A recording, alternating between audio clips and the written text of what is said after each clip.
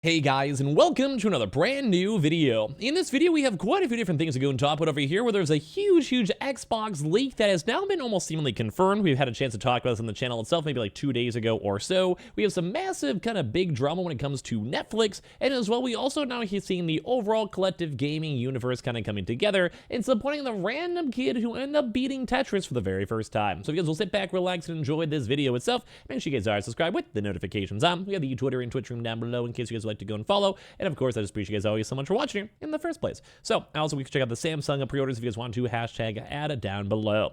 So we have quite a few different things to go talk about over here. First and foremost, if you guys have been seeing throughout the news and rumors and everything else out here, we have now been hearing the big rumors that a big Xbox game will be coming to a completely different platform. Now, it's kind of led to a lot of memes, a lot of stuff. We may even go talk about that in a separate video, but a lot of folks are curious, and also a lot of people are saying on the PlayStation side that they might be almost quote-unquote begging for all these different types of games. There's been a lot of big back and forth between the gaming universe and that, so it's intriguing to see this nonetheless. But when it comes to all the news and all the drama and everything with it, it does seem like we might have a final solution on what might be happening. Now, we talked about this before, but it seems like right now, a lot of folks are saying that the Hi-Fi Rush will be coming to the Switch. Now, a lot of folks have been kind of addressing that, even I thought that myself, where basically things like Starfield, might have a chance to go and play on other various systems and platforms. People were probably assuming on a very small chance that maybe happened. I didn't think that was going to happen, but something like Hi-Fi Rush would have made a lot of sense on something like maybe PlayStation, but probably most likely on the Switch. It's a colorful game, music, makes a lot of sense, but right now it seems like we're now seeing confirmation that it will be coming over here for the Hi-Fi Rush. Now, we've had a lot of people discussing on this and talking about this type of stuff too as well, and at the same time, a lot of folks are saying that they want to get Hi-Fi Rush on the Switch too as well. So we've now been apparently seeing the leakers themselves go and talk about it, discuss it, and a lot of people are kind of bringing this on up too as well, where the discourse has been insane. Where some folks, who you guys even saw over here, were talking about how the Xbox is apparently devaluing itself, and as well as also now that there's like a weird Xbox can give and give and give, but they need to have some sort of exclusivity, because something like the Nintendo Switch is probably not going to be putting Zelda on their games or Mario on Xbox games, and at the same exact time, people are kind of like, well, is it really that big of a deal if Xbox wants to go and throw more games out there? Because it already had its Game Pass push, it already had probably people buying the game, and the sales themselves have probably gone down a decent bit. So if I could have it and play a game like Hi-Fi Rush and make a little extra money on a genre that would probably fit well on the Switch, why not? So it does kind of seem like this big Xbox leak is seemingly kind of confirmed, and if it does, I'm going to use confirm once again lightly because we haven't had it officially on Xbox itself, unless I missed something on this video from earlier on throughout the day as I have been busy. But when it comes to this, it's intriguing because it does seem like Xbox is finally expanding out to other different consoles, and they did say they want to do that in their proper court documents on the PlayStation world. Now, obviously, I would love a world where I could play any game on any console on my PC or just in general consoles overall, but it is intriguing that there doesn't seem like there might be a big back and forth. Mainly because some games like Mario games, they're going to stick on Nintendo. Big IP hitters like God of War, etc. are going to stay on PlayStation. And while Xbox might be a little more loosey-goosey to spread out their games, it is intriguing to go and see nonetheless. Now, we'll have to see how this maybe impacts the gaming world the next 1, 2, 3, 4, 5 years, or if this rumor is confirmed, but it does kind of seem like the leakers have been pushing that this is the exact Hi-Fi Rush game, as many people have predicted. Now, that could also just be the huge onslaught of a lot of folks in the gaming universe discussing it, and being like, yeah, this would probably make a lot of sense and anything else doesn't, but it's still intriguing to see nonetheless. So like I said, this could affect a lot of future stuff when it comes to Xbox. Because what if Xbox now puts a lot of their games on other consoles? Mainly probably the Switch, because it does have the buddy-buddy system. Or as well with Game Pass 2 and cloud streaming, what if it's on PS Plus? What if it's on Ubisoft Plus? We'll be very intrigued to go and see how that plays out in the future, especially with the Call of Duty adding on in. So I want to hear your thoughts on that. Now, some other intriguing stuff too is on the Netflix side. Now, Netflix as a whole is intriguing because Netflix is actually want to maybe add ads and microtransactions to the games. And if you guys do not know, Netflix actually is trying to incentivize games as a whole on their platforms.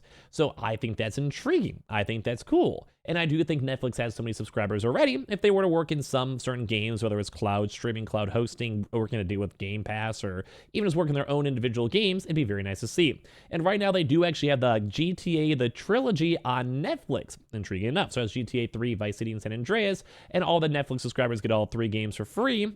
People on iOS and Android have to pay money for it. But a lot of folks are saying that they actually might want to go add things on here or have an ad-based plan for the ability to play games which is featuring ads. Now, I'm not really sure exactly what or how this would work out well. Maybe like every 30 minutes or an hour, you have to sit through one ad to keep on playing it. Maybe it's through more of a streaming aspect. I'm not really sure, but I don't think I would like this. Saying introducing ads and or microtransactions would be a big shift, as Netflix management previously spoke about how a differentiator for Netflix is that games do not have ads or microtransactions, and they're all free to members. Of course, things change all the time in business, and what a company says one day does not necessarily reflect much of anything else in the future. But it's intriguing to go and see that the Wall Street Journal report went on to say that Netflix is known to encourage debate internally with regards to futuristic decisions. Now, I'm one of those people where I don't think I like the idea of having ads for something I pay for. If there's a cheaper option, maybe. If there's like a $5 Netflix option, I have to sit through ads, I'd actually maybe consider it. You know, why not? If it's compared to like $20, $22 or anything higher, especially when it comes to gaming as a whole, I'd maybe be down to do it. Why not? Same with Game Pass too. If they had a free version of Game Pass, but they also put in ads in it, I'd probably do it. I could see a lot of other people who'd probably do it as well, especially if they want to check out a game. If it's annoying enough or someone's like a streamer, they might not want to have it in the first place, so you can kind of go from there. But that's intriguing because right now Netflix does kind of seem like it's kind of failing when it comes to their subscriber base, saying there's actually only down to like 1%, like only 1% actually play games. Now, obviously Netflix is more so known for TV shows and movies and anime or whatever it might be. So it's even more intriguing to know that this, at this point, is different, that they don't fully want to have this. I don't know. Like, I think 1% is really low, but I think if they invested more time and money, because I'm sure a lot of people don't even know that Netflix even has games on it, I think there could be some pretty good wins when it comes to it at the end of the day.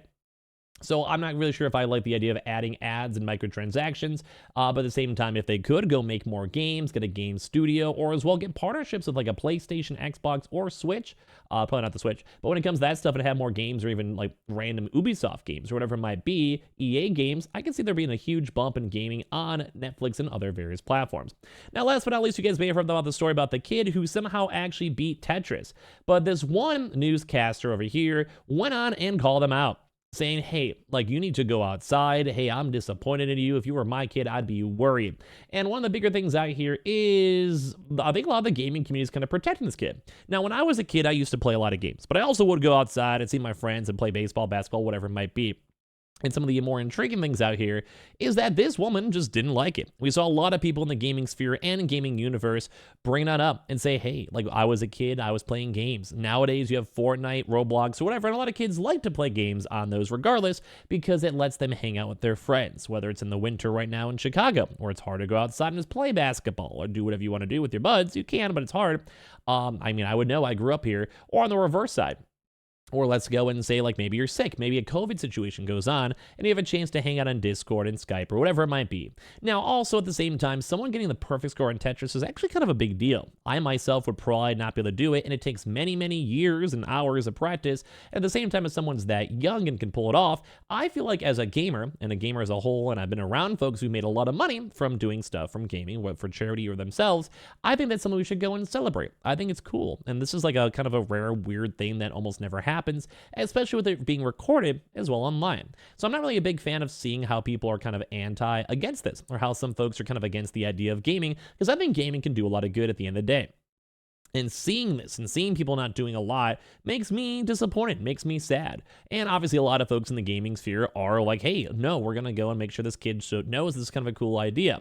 Now, it's kind of funny too, because in the same exact New York Post article, if you go through the comments, people are kind of saying that, hey, not sure what she said or wrong. Certainly this young man didn't reach this level by chance, just from playing the game from time to time. But with this being said, excellent achievement. Now never play another video game ever again. Completely agree with her. Team Secker, kid needs to be outside playing. Now, I do think at the same time, it is nice to have a mixture of stuff. You have friends in real life, you go and do stuff outside. You shouldn't be locked in on your computer 24/7 of your life. It's not good, it's not healthy, especially if you're a kid. But at the same time, if you do this as like fun, or you do it for streaming or content or whatever it might be, I think that's a good thing.